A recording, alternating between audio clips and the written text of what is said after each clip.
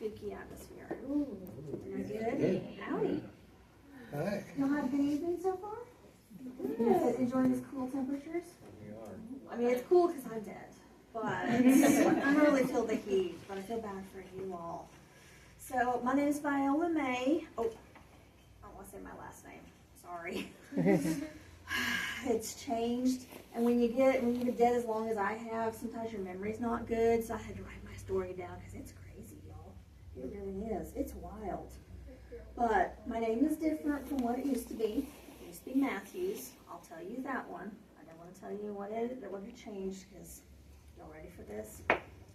All right. So when I was born, the newspaper said, under unfortunate circumstances, a new life was born in Bartlesville. Is that a terrible way to start a life? It's a terrible way to start a life. Buckle up, it gets so much worse. Of course, when my mama, her name was Essie Matthews, had me, she was in the county pokey for murdering her husband, B.F. Matthews. Sorry, this isn't really child abuse. Y'all cover your ears, kiddos, all right? It'll be okay. It's not that bad. It's not that bad. Well, it's not that bad. All right, after murdering her husband, B.F. Matthews, the B.F. was short for Benjamin Franklin. Hell, I would have gone by B.F. too, wouldn't you, if you were named Benjamin Franklin? You notice I didn't say he was my daddy, but he was her husband, not my daddy. They all say she was with a lot of men around the state. Turns out my real daddy was B.F.'s relative from Oklahoma City, but I'll talk about that later. Now, I warned you all, didn't I? I did warn you. Like I said, my mom was married to poor B.F. at the time, but as everyone would soon know, there's a lot more to the story, and a long, twisting road had led to the tragedy. Now, as you might have guessed, B.F. wasn't the only man in my mama's life, and I don't know if the living ever really knew all, and how many. We won't discuss that part, though. There was one, however. There was a major part of that fateful day when B.F. went down for the last time and didn't come back up. Anyway, as this story goes, my mama met James about 8 years before. He later told the sheriff that when he met my mama, she was in the wake of a disappearance of her first husband and was living with another man that he thought she was married to. Well, he must have taken a real shine to her because he just kept coming around, and he was married to another woman. I told you wasn't really child abuse. You all don't tell anybody this. This is not good behavior. Not good behavior.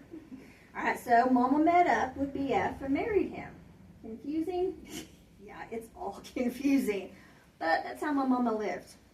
When it took to find a bed for the night, that's what she'd do. And if there was a willing man, well, that was even better. I think the men she married were just ones that were willing to have her till they couldn't no more. Somehow, in there, one of her many runs to Oklahoma City, she met my real daddy, B.F.'s nephew, Jimmy Matthews. That newspaper would describe him as the crippled hauler of tin cans in OKC. Now, Mama and B.F.'s life was no picnic here in Bartlesville, as they squatted in a home that newspapers said was, I'll imagine it, in the tree-bordered swamps near Bartlesville, alongside a federal highway where traffic is so great that no one notices the stragglers getting a living from a squatter's garden. Y'all got a good picture of my family? Sort of sounds poetic, doesn't it? All the spirits between here and Oklahoma City now think so. Anyway, at one point, Mama left B.F. to move in with my daddy in Oklahoma City. It was around then that she must have conceived me. But that didn't matter none to Mama, because she just kept running from man to man. About a month before the murder, Mama had come to Oklahoma City and started living with the Overcasts and the daddy. Yeah, you can imagine how that probably went. Anyway, one day B.F. wanted my Mama to come back to Bartlesville. So they sent my daddy, after a load of cans, to a fictitious address so he might be delayed in returning.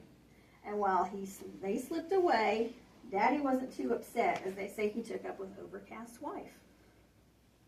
Everybody happy, right? It's a win-win situation. So funny. Y'all got all these names straight? There's going to be a test later, all right? Everybody keeping it straight? All right.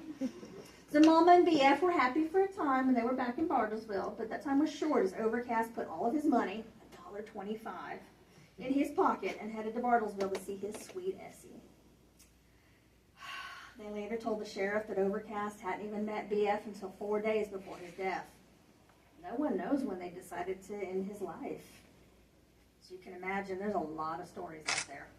What we do know is that just before noon on the day of the murder, Essie hailed two passing youths home, Bottomlands, not far from the Wild Rose family farm on Dewey Road, asked them to tell the police that a man had been drowned in a neighboring slough, made by some backwaters from the Caney River, which was up over its banks, like it used to do all the time, up over its banks.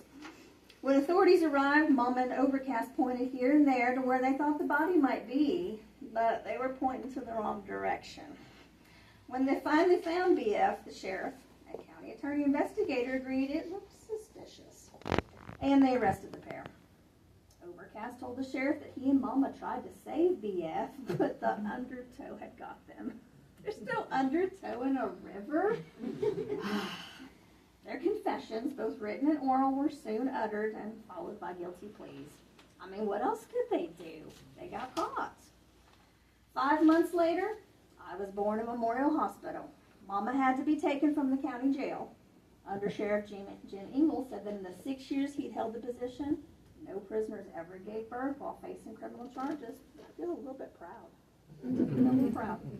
2 days after that, the newspaper talked of a penniless woman giving birth and the baby needing clothing. That'd be me. When they were sentenced to life in November of that year, Judge J.T. Shipman called it the most inhumane and faceless crime he'd ever seen. He said if the case went to jury, they'd have probably gotten a chair. I believe it. Later that day, jailer said the morose and sullen temperament of the defendants had changed greatly, and they both appeared happy and contented. When I was alive, I always wondered about that. Why they got contented after they were sentenced to toil the rest of their lives in prison. I don't know. Someday, you can know too if you still care. Just ask my Mama's Spirit, or Overcast, or BF's, or he's often down by the Caney. And you'll find several others there as well, and they've all got stories. I found that when you're beyond the mortal coil, all is forgiven. And folks just want to remember. They'll all tell you their story if you want to hear it. Just go down to the Caney, call out to the wind. I want to hear your stories.